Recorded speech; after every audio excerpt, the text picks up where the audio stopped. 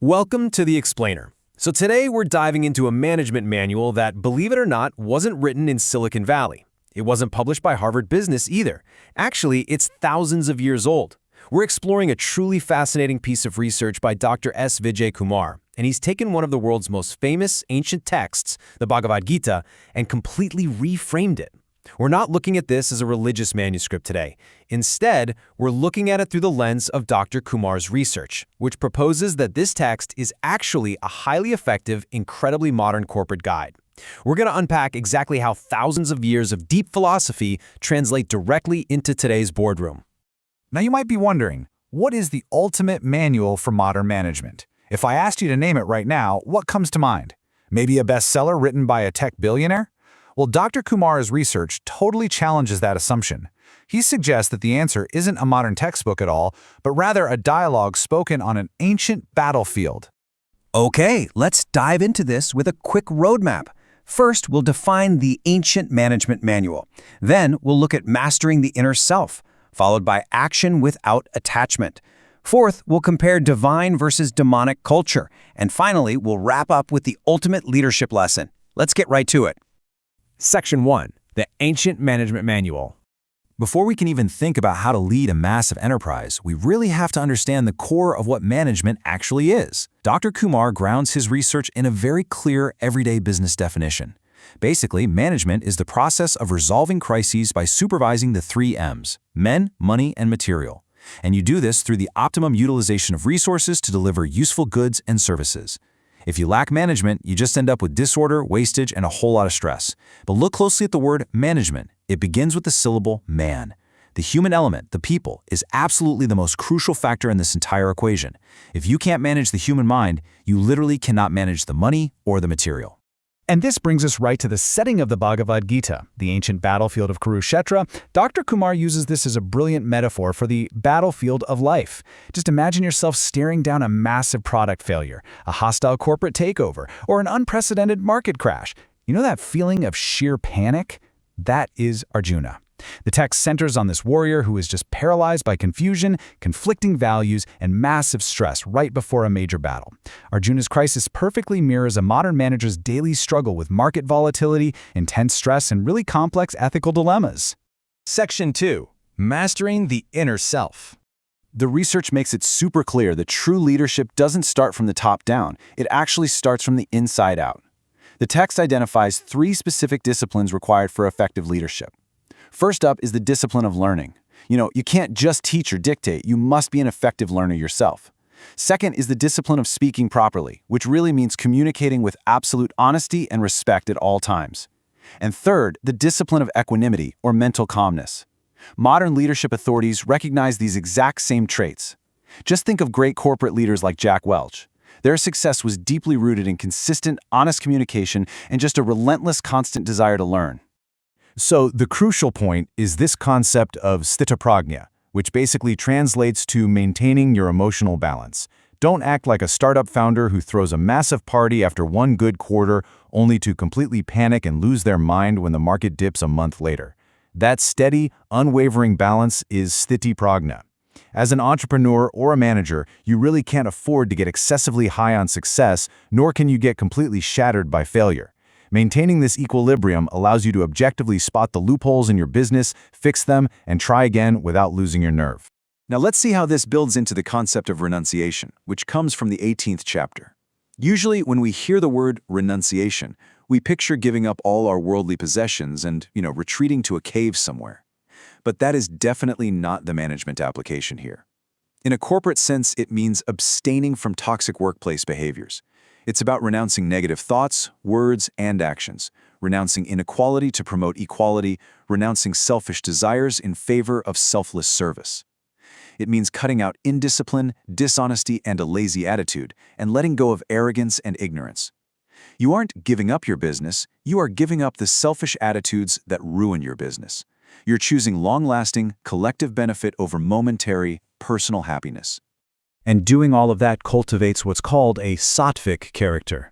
According to the research, a sattvic character is one of deep harmony and purity, dedicated to selfless service. And what is genuinely shocking here is how a text that's over 2,000 years old maps perfectly onto a highly sought-after, incredibly modern corporate skill, emotional intelligence, or EQ.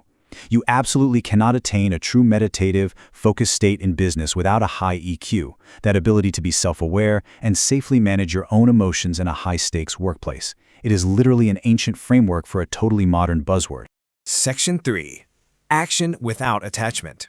This brings us to arguably the most famous management lesson derived from the text, and it completely redefines how we view our own output.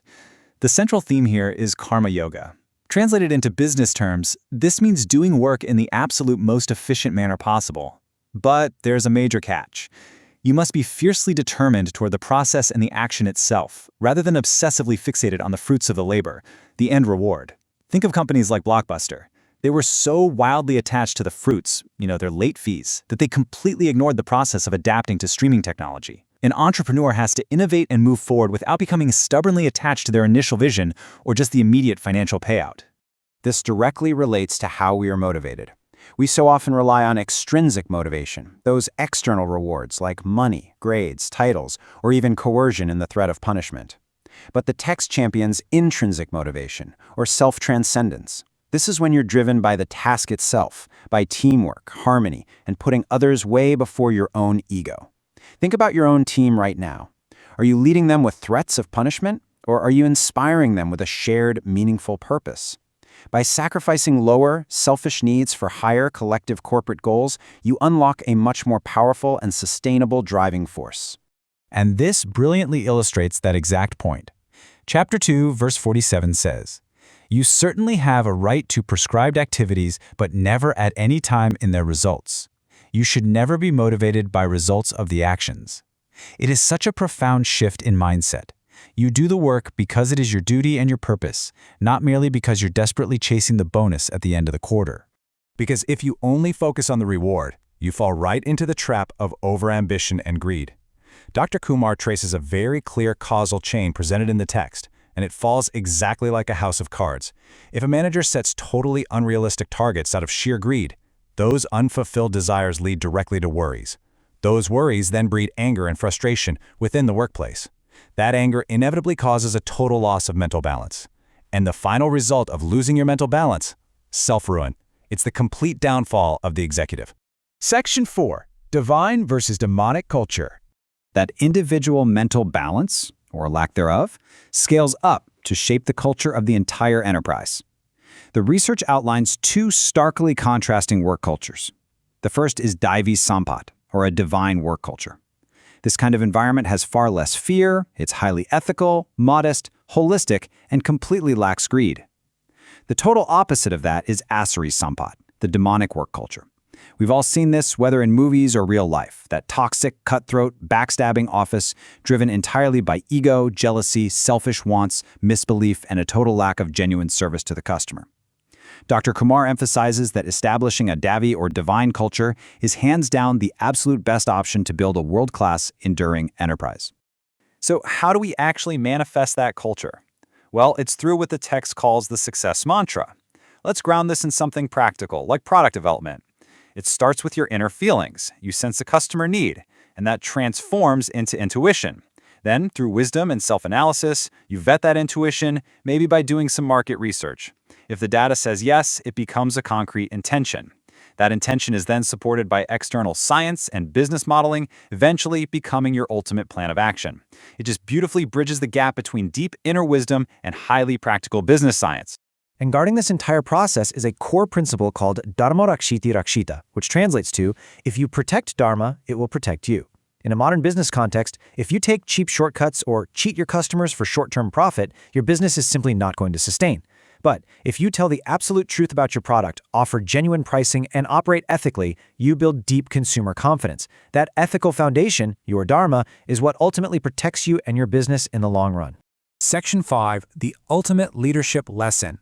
Now, what's really interesting about this slide is how we can synthesize this vast ancient wisdom into rapid, actionable takeaways for modern leaders. It is just incredible how perfectly these ancient chapters map out to modern executive summaries.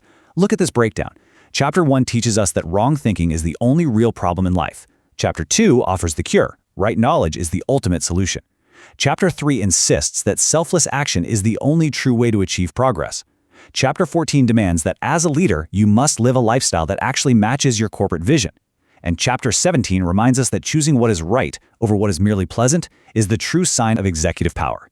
Ultimately, Dr. Kumar concludes that to be a truly successful entrepreneur, you really have to develop an integrated personality. You have to balance 3 specific things. First, your temperament, meaning introspecting and actively fixing your own character flaws.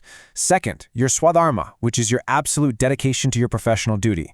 And third, social responsibility, making sure your corporation never forgets its duty to the society it actually serves. When you manage to integrate all 3 of these, you achieve genuine, lasting excellence. We've covered some incredible ground today, literally translating a text thousands of years old into a highly practical blueprint for the modern boardroom. So, I want to leave you with this final, provocative thought to reflect on today. On your own corporate battlefield of life, when you log into work tomorrow morning, are you truly driven by the work itself? Or are you just chasing the reward? Thank you so much for exploring this fascinating explainer with me.